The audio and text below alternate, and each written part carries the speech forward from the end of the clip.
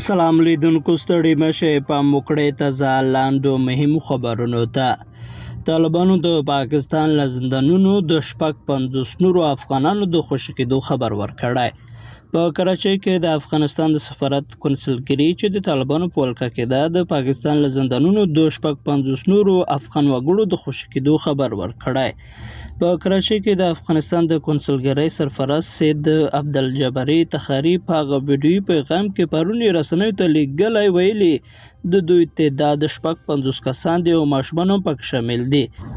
دغو کسانو قانوني اسناد نه درلودل چې نیول شوي وو چې د کونسلګرۍ او سفارت په هڅو خوشي شول.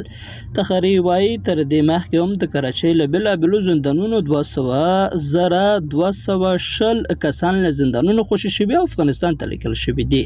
په کراچۍ کې د افغانانو د حقوقو مدافع بنیزه ککړ هم وخت نه وخت له رسنیو سره د دغو نیول شوو افغانانو په اړه معلومات شریکوي او د هغوی په خوشي کولو کې یې عمده رول ادا کړی دی. میرمن ککړ پرون په یوه ټویټ کې ویلي د سیند ایالت په بېلابېلو زندانونو کې لا هم 80 افغانان بندیان دي. په یو بل خبر کې اورئ چې د افغانستان له لارې پاکستان ته د ترکمنستان د ګازو صادرات پیل شوي. د طالبانو چارواکي وایي د یاسر بصیر په نوم یوه نړیوال شرکت له ترکمنستان څخه د افغانستان له لارې پاکستان ته د ګازو صادرات رسماً پیل کړل.